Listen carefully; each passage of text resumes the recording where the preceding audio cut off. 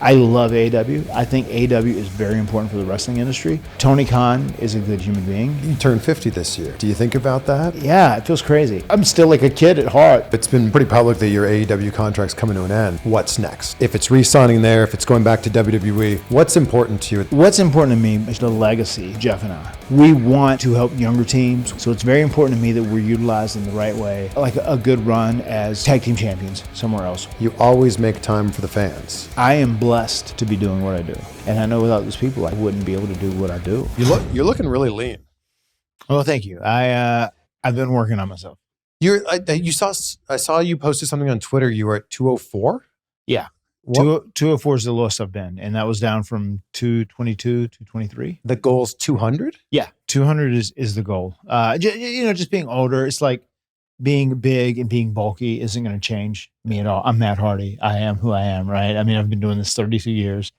Just the more athletic and the more nimble and agile I am, the better. So that's just kind of what I'm shooting for. So you said the goal's 200 and then you have more goals after that. So then what's the goal after that? We'll see. We would determine. I think it'd probably be just how my body physically looks and how I feel. And I almost hate, like, I'm going to have to break down and buy an actual cold plunge machine now, because I did this in my pool when it was free. You know, it would be 28 degrees outside and I would jump in my pool and it was freezing and it was like torturous, but like there's guys who have been getting good effects from it. And like my lower back and hips, which had gotten so messed up from all those years of leg drops. You know, when Jeff and I first started, our finish was the Event Omega. It was a leg drop off the top and he did a splash simultaneously.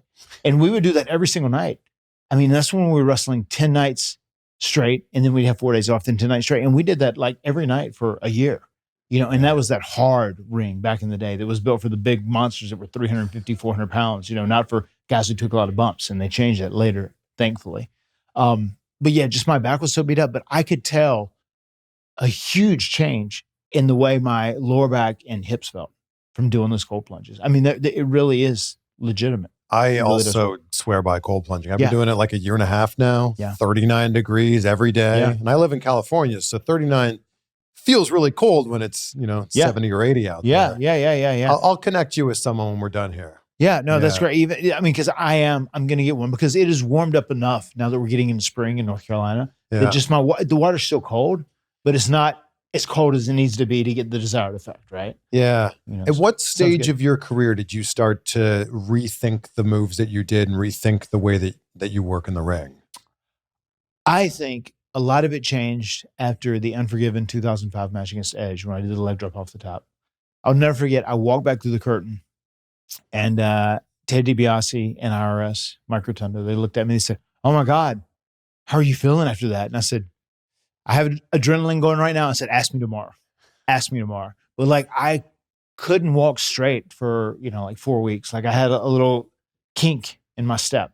And that's the point where I said, instead of doing that leg drop every single time, I'm going to go, ho, and drop an elbow to the back of the neck and land on my feet. Like that's where that was the biggest turning point for me as far as learning how to work smarter, especially with the way it pertains to bumps. How did you feel the next day?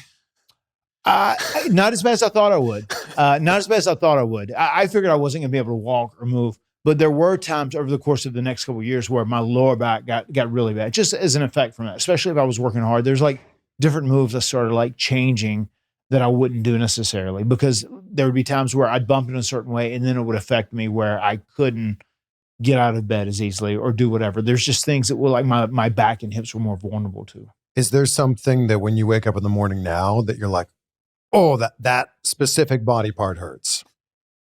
Not as much. It's been really good over the winter. Like doing those cold plunges, man, as you said, you swear by them. I do too. I swear by the effects that I had, and I feel pretty good. And just like the way I train now, I'm not a guy who goes heavy. I do a lot of reps. I try and do stuff back to back to get like a good pump, and I do like super hard cardio. And I do feel like that makes a huge difference in the way my body feels and it functions. I feel like once you stop, if you stop working out and stop training, and you can probably feel this too, like then as soon as you take one bad bump or you fall or something, then that's when everything shuts down. Yeah. Like it's crazy how physically that prepares your body, to go out and take bumps or do whatever. I mean, if you keep your body up to date, if you keep it tuned up, it reacts so much better with the way it recovers, even being older. You turned 50 this year. Yeah. Do you think about that? Yeah, it feels crazy. I remember being young and my dad was 40 and I was like, oh my God, he's so old. And then I was thinking back like, oh, that's crazy. I'm like 10 years older than him. And I don't say, I'm still like a kid at heart. And even having my kids, I feel like they keep me super young anyway, because I really do. At my heart, I'm a kid. I love to go out and play with them and do things. And it's so funny. Maxwell, my oldest, is about to turn 9 and he's like so fast and he's moving. It's like, pretty soon, you got a couple years, you're going to be faster than me. You got a little ways to go as far as being stronger and tougher. I said, but like, you're going to be faster than me because he can fly now. He can move. And it's crazy. It's just crazy. He's good and healthy. They're in the ring too. Yeah. He loves, he'll jump off the top. He actually did a swanton on AEW TV to Stokely Hathaway. And it was one take too. It was, we did it in a cinematic match, but he jumped up the second and jumped straight on him. And I just said, like, don't be afraid. I told him, he's like, well, I don't want to hurt anybody or whatever. But I said, don't be afraid. I said, you weigh at this point 63 pounds, whatever. I said, you're not going to hurt him. It's fine. Just jump. But he hit smooth and rolled off like old school Jeff Hardy, not current Jeff Hardy that gives people croutons, where they have to absorb the full weight of his body. You call them croutons? Yeah. That's so good. Yeah. Yeah. He's landing right on them now. Oh my God. I remember we wrestled with Private Party, Isaiah and Quinn, man, they're so great. I love them so much. They really are. Like, I call them bios, and they're like my adopted children in many ways. And I love the run that I had with them and just teaching them and working with them and whatnot. But like, they said, oh man, this is so cool. We're working the Hardys. And the finish that night was Jeff doing the swanton. And Jeff hit a crouton, a very extremely heavy crouton. And I remember we came back and he said, I always thought it'd be really cool to get hit by a swanton, but I don't want to get hit by another one. And then we're done. You know what I mean? Yeah. Because especially, if Jeff goes, Jeff is protecting himself. He doesn't do that deal where he like lands high on his neck and rolls off them real easy. He tries to hit it nice, but he may not. You may be absorbing some impact. Do you think about how many more years you want to keep wrestling? I think about, yes, I do. And I think a couple more, just depending on how my body feels. And like the way I said my body felt over the winter break. And it was so good. Even it was weird. I was feeling so good and so healthy when Sting had an injury and he wasn't there. And they ended up doing Jeff versus Darby. And then Jeff had some singles matches for a few weeks. And just during that time, I was like ready. That's when I'd start dieting and I was trimming down. I was ready to like get in the ring and start rock and roll, whatever, and it's just, I've had time off, but just the way my body felt so good during that time, that makes me feel like I can go for a little bit longer, but I would love to do another 2 years, especially if I'm capable, because I feel like I don't have to do the things the young guys do. As long as I can go out there and be competitive and do my stuff, do the greatest hits of Matt Hardy, and like sell for these people or, take their stuff, then we're good with it, It's been pretty public that your AEW contract's coming to an end. Mm-hmm. What are you thinking about when you're thinking about what's next? If it's re-signing there, if it's going back to WWE, what's important to you at this stage of your life? What's important to me, I think more than anything else right now, is just like the legacy of Jeff and I, because, we do get that. We get mentioned in the conversation of the greatest tag team ever. Of course. And we want to help younger teams. We want to build teams, but also you have to be put into a position to succeed where you do seem like relevant, where you do seem like you're at the top of your game. You can't just go out there and like get beat every single week. So it's very important to me that we're utilized in the right way so that when we do have a program with someone and we build to a big match, and when they beat us, then it means something. Because if you just get beat without reason, it doesn't really mean anything. You already have the legacy. Like, you are already one of the greatest tag teams of all time, if not the greatest tag team of all time, depending on who you talk to. Right. What could possibly change in the next 2 to 5 years? I think a legacy could be completed, like a good run as tag team champions somewhere else, where we have good quality matches, especially working with guys that we are smartly booked against.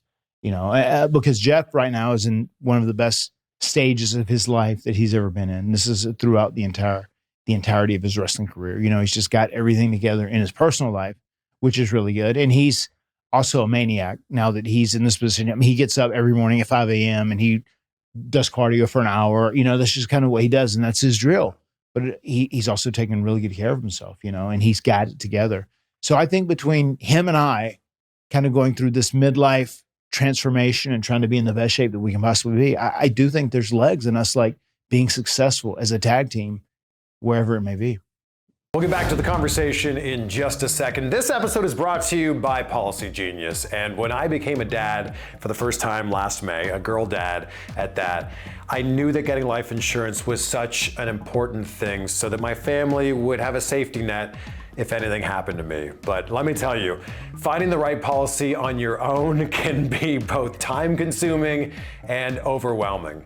Policy Genius is the country's leading online insurance marketplace. Policy Genius helps you compare your options from top companies, and their team of licensed experts are on hand to help you talk through it. So you can talk to award-winning agents who are gonna walk you through the process step by step, and you can easily compare quotes from America's top insurers in just a few clicks to find your lowest price. Now, you may have a life insurance policy through your job, but it may not cover you as well as you need for your family. And worst case scenario, that might not come with you if you decide to leave your job. The best thing about Policy Genius is they give you unbiased advice from a licensed expert support team. And they have no incentive to recommend one insurer over another, so you can trust their guidance. And they have thousands of 5-star reviews on both Google and Trustpilot. With Policy Genius, you can find life insurance policies that start at just $292 a year for $1 million of coverage. Some options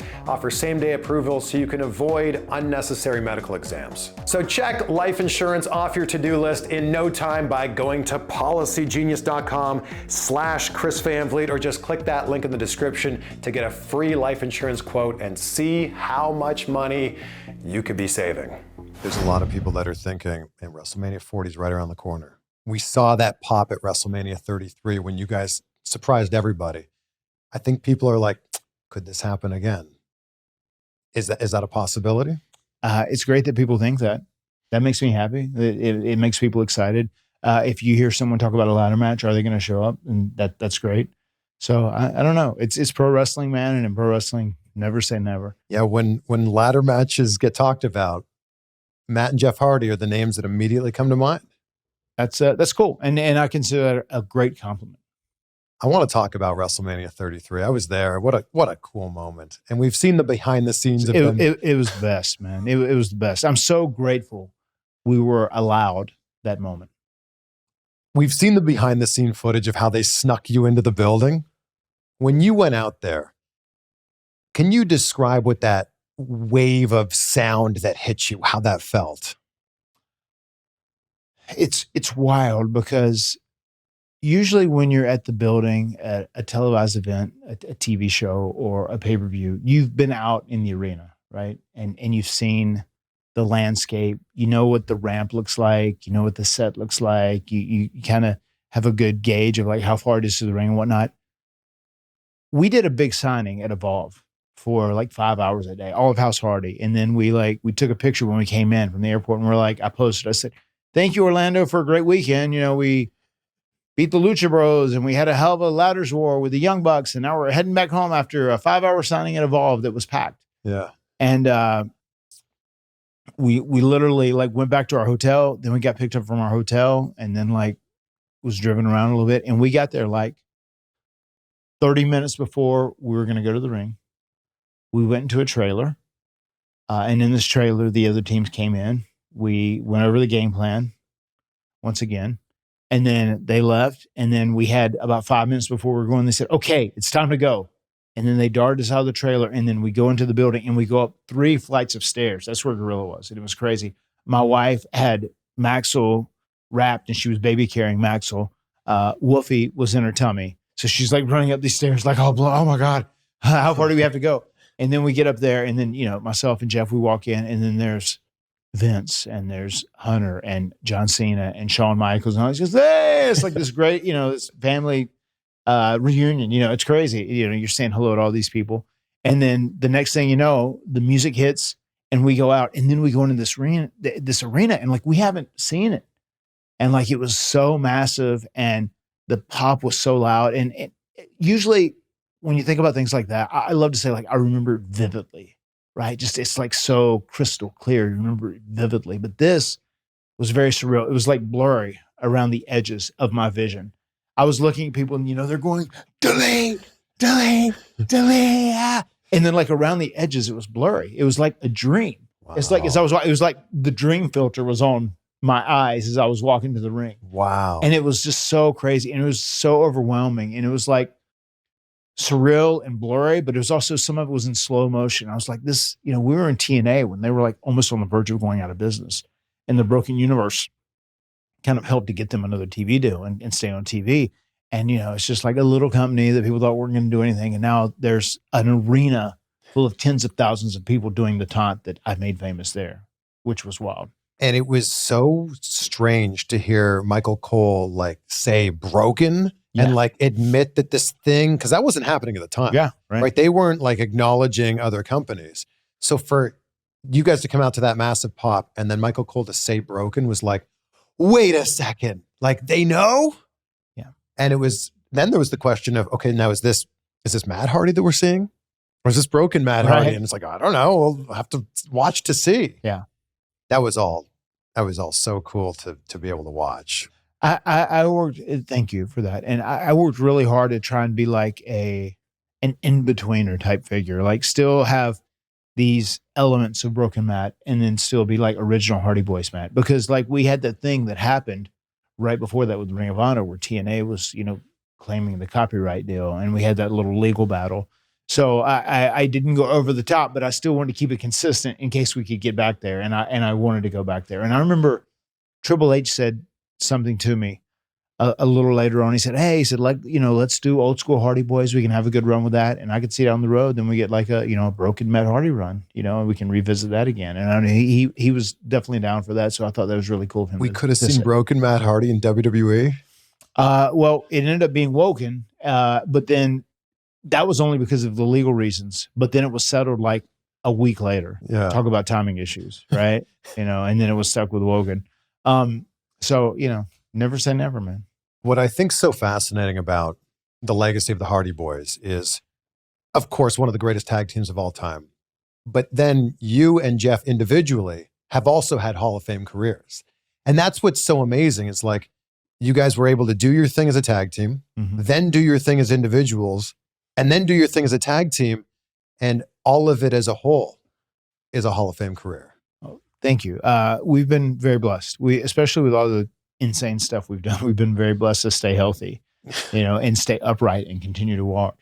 But yeah, I do. And I still think like when Jeff first came in to AEW, the stuff we did generated a lot of interest, and had a ton of potential for us as a tag team. And I still think that's there. And I think me and Jeff being featured in a solid position is something I would like to see. I love AEW. I think AEW is very important for the wrestling industry. Tony Khan is a good human being. He has treated me very well. He's one of those guys, if I didn't have to work for a pay-per-view week, he said, go home and be with your kids. And he was always cool with that. So that's something I'm very grateful for. I just want to make sure myself and Jeff are looked upon as an important act, as an important part of AEW, and treated as such and handled as such. That's something that is very important to me. What was the original plan for your AEW debut? Because I don't think a lot of people remember that this happened like 3 days into the world being shut down. This was March 18th, 2020. The world basically shut down like March 16th, that Monday. Yeah. What was the original plan? The original plan were that we were still going to do a double reveal. It was going to be in Rochester, New York, where Brody Lee's hometown was, and we were both going to reveal on that day. So that didn't necessarily change, but it was going to be a deal where I joined the Elite, and I was their fifth man because Nick Jackson was out, and I was going to be in that First Blood and Guts with him, which ended up getting postponed for a year. Yeah. I mean, the moment of seeing you in the stands was so cool. Yeah. But at the same time, I'm like, how much cooler would this have been? Yeah. Had we somehow been able to see this a week ago? And Broken Matt is a character that thrives off the audience too. Sure. It's very important that they do the sing along and the taunts. It's just pandemic wrestling was one of the weirdest stages of all time. It was so crazy. Even that, I remember there was someone by me that said, okay, well, you're going to be up in 30 seconds, whatever, like go to your position. And then I go down the stands to where I'm going to be standing there doing the broken mat on the debut. And like, there's no one talking to me. There's no fans around. I don't know when the camera's on me or if it cuts off of me. Usually there's like people around so that they can like give you a cue or whatever. Yeah. But I had no idea. I was flying blind out there. So I did this delete thing. And like, I probably did it for 60 seconds after we were off air because I didn't know. I was like, maybe it's on air. Like I got to keep going. Yeah. You can't kill the gimmick, brother. I remember Cody coming out at the start of that episode. He came out wearing that like pea coat and he cut that promo basically like, it's a different time right now and we're going to make this work. That episode was actually like, it was a turning point for just wrestling in general. Because AEW was actually the first one to be like, instead of showing you there's no fans like everybody else is doing, we're going to put the focus on what's important here. Yeah. Focus is on the performers and we're going to put the camera right at the entranceway. That was great. And also it was Tony Khan's idea to like put people, even extras and people that were maybe doing not as much on the shows, put them in the crowd and have some sort of interaction or noise. So there was some sort of like human emotion involved in these matches. And I thought that was very beneficial. And you're right. The way they did shoot it, that got picked up by other promotions. Very quickly. Yeah. Is the leg drop off the cage the craziest thing you've done in your career? I don't know. Maybe it definitely ranks up there. I mean, even at WrestleMania 25, when Jeff and I wanted to try that idea about he put me in between the tables. He put me on a table, and then there was another table on top of me, and I had a chair over me to like protect my inner organs, so that table didn't like pierce me. So, what are you thinking when you're laying there? I was just like, I just hope Jeff didn't kill me. Jeff was super easy with it. He almost like shot it. He almost overshot it a little bit. He was going to try and land heavy on that side, so it didn't punch down onto me very hard. But he almost like went too far over it, where it was like almost too light on me in some ways. But yeah, I was just like, well, this could be it. Like this could be it. It's almost like, I felt like I was a vampire. He was ready to stake me, right? He could have drove that table through my heart and ended me right there. But yeah, that was risky. But I mean, there's a lot of things that have been risky. Obviously, the thing I did with Sammy, where I took the spear off and hit there, that was. But pro wrestling, it's a risk, and that's one thing we forget. And sometimes it's real easy to like blame people because oh my God, they shouldn't have done that or they shouldn't have done this. And sure, you need to have things thought through as much as possible, but accidents do happen, and that's like a reality in pro wrestling. Yeah, Sammy spearing you off that scissor lift, that was scary. Yeah. What do you remember from that? It's crazy. My memory is much better than you would probably guess. I just remember like being so mad I couldn't stand up when I was trying to get up, and it felt like you were like super drunk or something. You know what I mean? Just like, why can't I stand up? Why can't I stand up? But I didn't realize that I had been knocked out. Which was crazy. Yeah. So it is what it is. What's the scariest thing you've seen Jeff do? Oh my God. There's a long list. Yeah, I don't even know where to begin.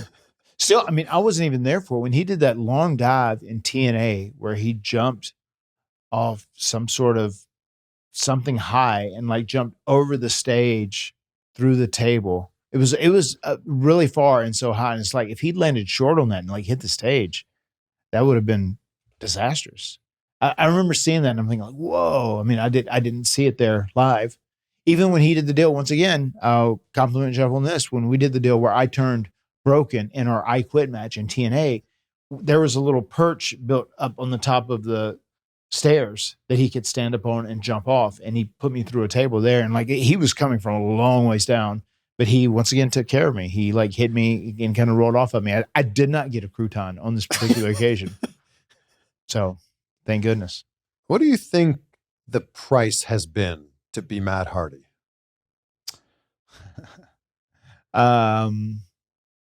Well, I've beat up my body.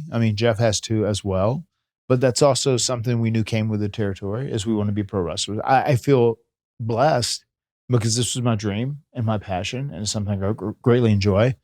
So I don't think I'd do anything differently. I'm very lucky to have been able to do this. I'm going on year 32 now. Yeah. And just make a great living for myself and my family and be able to give my kids. I mean, that's the most important thing to me now, when I be able to give my kids a head start in life, something I never had, because Jeff and I were raised by our dad, and he was dirt poor, so we like started from scratch. Whenever we started, we didn't know anybody in wrestling. We were lucky to be able to get a break in the first place. So in a lot of ways, I feel very gifted and very blessed, and it's crazy too. There's still social media is something that, I can get into. I've said in the past, the best thing about social media is it gives everyone a voice. The worst thing about social media is it gives everyone a voice. And there's still a lot of people, like, you came by and you saw our line today. Huge. Like, we started at 4 p.m. and we signed nonstop until after 10, which is what, but like, once again, that shows there's demand for us. And if we can get in the ring and we can still do things well and wrestle well, we don't have to be, Darby Allin now, or we don't have to be like a young Sammy Guevara. We don't have to do those things. But if we can wrestle well in the ring and go with these guys, I mean, then we're good. Social media, especially the AEW audience, they're pretty tough on a lot of people. And I know there's older guys who lend a lot of star power to the show, and they're pretty brutal on some of those guys. I get a lot of that, right now. I mean, Jeff does too in some stints, but that's one thing that is a little bit of a price in some way, I feel like, because like, even though you feel like you're trying to give back and you're trying to help, sometimes these people feel like they're so in the know.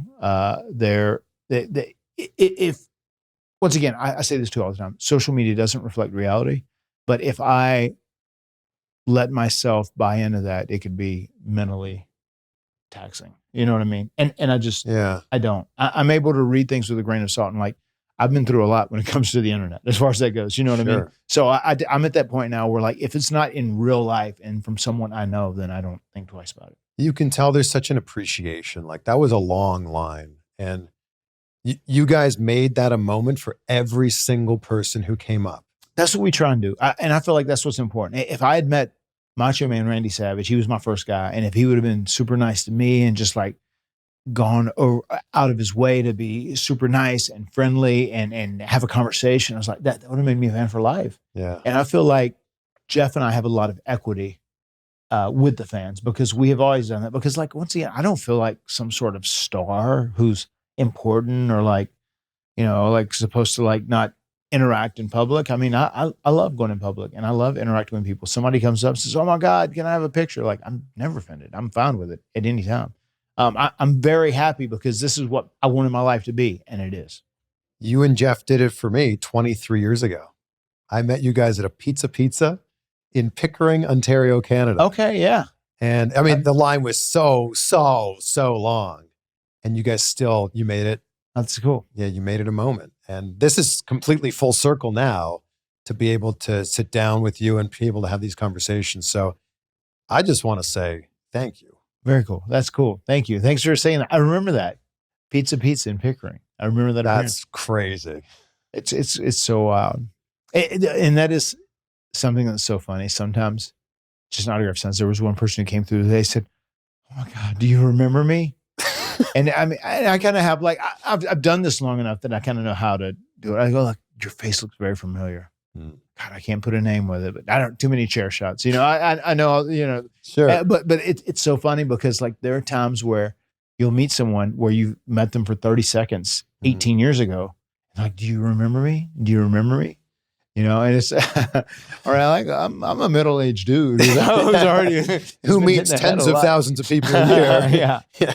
But it's funny. I also think it's very sweet and adorable in many ways that people say that. And it's also too, one thing I recommend wrestlers, if you're ever doing autographs and if you've done this for a long time, when you see people say, "Oh, it's great to see you," as opposed to say, "It's great to meet you." Because then they'll get offended. We met 7 years ago. Right. Yeah. So that's I always say, it's great to see you. You took pictures with everyone at WWE when you went to Raw. So what are you thinking when you're signed to AEW, but you're going to a WWE show? So what happened there is my wife has a spa that she's part of, and she gets a lot of her stuff there, and she visits there a lot. So she has a real close friend in Raleigh, and she invited my wife, and it said like, I'd probably rather not go, whatever. It'd be chaotic, especially if there's people around. They said, oh no, it's a skybox, it's a private suite, whatever. And I was like, okay. So like we walked in about 9:00, and then it turns out it was like open on the front or whatever. And then there were, I was still sitting back, and somebody said, Matt Hardy's up there, Matt Hardy. And then we, start seeing people do delete, and then people started coming and a line formed. And then like I wanted to look friendly, and I took pictures with everybody and did that. And then like we stayed there about 80 minutes in whole. And my wife was salivating over it, I think, because it was great content for her, right? And she's a content creator. If she can find some good content, she loves it. And the video she posted, like you posed with everybody. Like you took the time to pose with everybody. I probably took 200 pictures. And then you guys snuck out. Yeah. This is just a true testament to who you are. You always make time for the fans. Why is that? I mean, it's just, it's who I am blessed to be doing what I do. And I know that without people supporting me, and there's so many longtime fans. I mean, there's people that supported myself and Jeff for decades. And I know without those people, like I wouldn't be able to do what I do. Even today, I mean, it's still, and it resonates with people, even like the turnouts we have. When we do Comic-Cons and stuff, we do a lot of these, but we still always have one of the biggest turnouts everywhere. Yeah. It's crazy. And it's like, if you think about it, like to be able to maintain that big of an audience for so long, every night we come out on AEW programming, one of the biggest spots in the night. Absolutely. We still get a nice reaction. I mean, that means that there are people interested in seeing us. Everybody knows that song. You know what I mean? And I think at the end of the day, man, with pro wrestling, if you have popularity and you can go out there and entertain people, there is value in you. I've always been so curious. What is the genesis of the Twist of Fate? So the Twist of Fate began with Michael Hayes. He wanted to get us a new finish. Once he started with us, he said, okay, well, let's figure out what we're going to do as a finish. I have this idea. He said, and I was thinking, like, you grab the guy in the front face like a DDT, right? But you don't do a DDT. You swing your other arm through and you hook your hands together and you drop their face down. He said, and we call it the JLT, just like that. I said, okay. I mean, that's a kind of cool move. We'll do that. I'm cool with that. So we did that a couple of times. And I remember he said, like, now we want to do a tag team move like this. He said, what if, either you pick the guy up or Jeff picks the guy up, and then you grab the guy in the JLT and you swing through and you do it kind of as they're coming down. It'll be real cool. I said, well, that's kind of like the 3D that the Dudleys do at ECW. He said, who are the Dudleys? And he said, where are the Dudleys at? Are they in WWF? And I said, well, they're in ECW. He said, so to hell with them. That was it. And like we did it once, whatever. And it's so funny. Like someone I knew from ECW said like, oh, Bubba said like, if you do his finish again on TV, he's going to be upset with you, whatever. And that never came back again. We met and it was always cool. And obviously we made so much history with those guys. But I remember we told Michael, we said, Michael, that's probably not a good avenue to go down because this 3D is very popular and people like it. So like we did it at his request, a couple of times, but we ended up doing the JLT normally. And we actually transitioned the name to Twist of Fate, something we felt like fit more in the vernacular of the Hardy Boyz. I remember seeing it for the first time. I was like 16 and going, that's so cool. Yeah. You guys heavily inspired my backyard wrestling career. Well, when people say that, I don't know if I should say congratulations or I'm sorry. You should probably say. That's what, I don't know. If I showed you some of these clips, you'd say, congratulations that you can still walk. Okay. Yeah, I get that. Yeah. I'll show you. I did a pretty mean Twist of Fate. Oh, that's cool. I'll show you. Actually, I'd love to get your reaction before we wrap this up. Yeah. I did a Twist of Fate was in my moveset, and the Swanton Bomb was in my moveset. Oh, I love it. So I would love to have You're a one-man Hardy Boyz.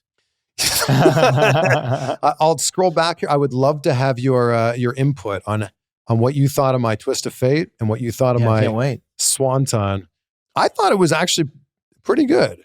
How far back do I have to go here to get this? One thing I do hear from people all the time is like, oh my God, we got in so much trouble because you guys, we were doing swantons on the sofa and on the couch and leg drops on the sofa and on the couch and we broke them and our parents whipped our ass. That is one thing that we hear pretty consistently. I could definitely I'd be one of those people here. How far back do I have to go? My goodness. Well, as I look for this, I'll show you this in a second.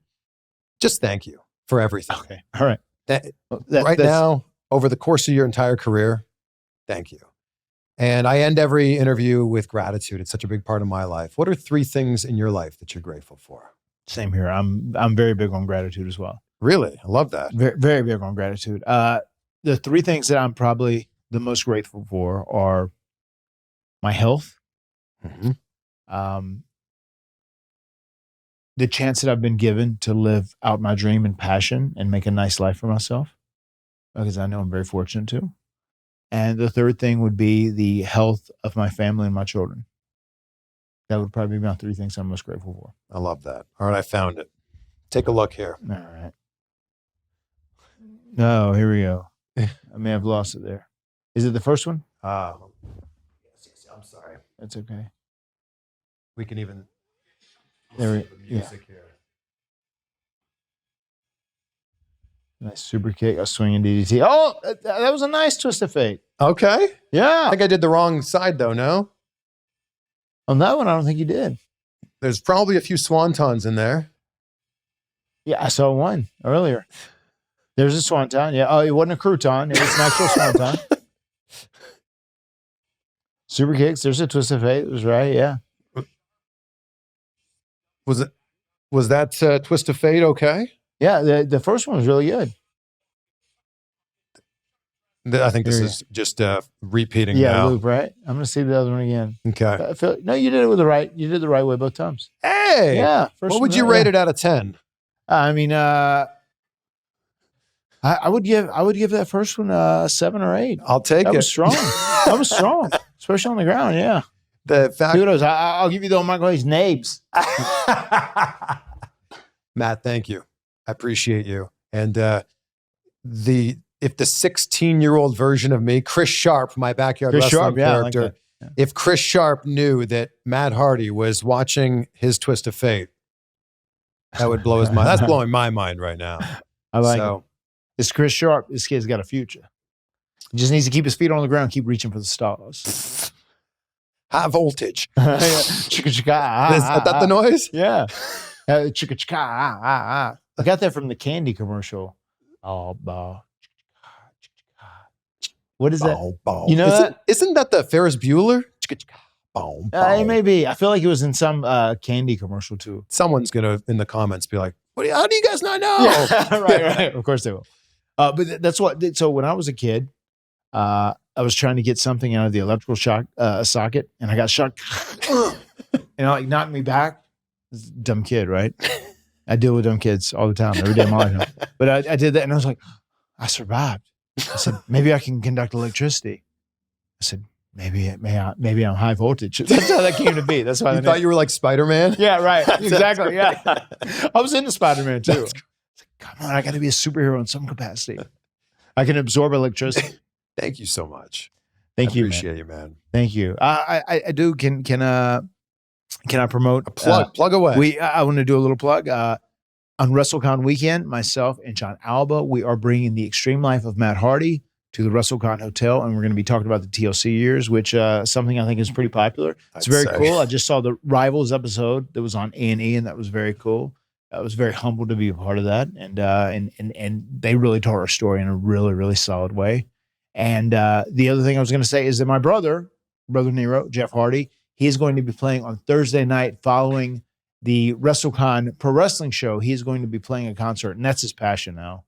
He loves music. Like when we do these signings, like people like, oh, we want you at the signing because like, you know, you guys always draw a good crowd or you're very popular, whatever. And Jeff will ask the guy who books us, like our agent, our guy, Tony, he'll say like, well, can you book me a concert? If you book me a concert, I'll go. And that's like his thing, man. That's his big passion. I've been to a few Jeff Hardy concerts. Yeah. He's playing one right now, actually. You can tell he like lives and breathes, like he loves music. Oh, he does. He loves music. He loves writing the lyrics, like the poetry of lyrics and just telling a story when it comes to like writing down his thoughts and being creative. That's one of his greatest creative outlets. I love that what you and Jon are doing. It's like you're telling stories you've never told before. Like, I think that people will be very excited to show up for that. Yeah. And I love Jon Alba, and I love what you guys are doing together with your podcast. So thank you. Anybody who's listening to this, go check out The Broken Life of Matt Hardy. Very cool. Thank you so much. Thank you, sir. Thanks, Chris.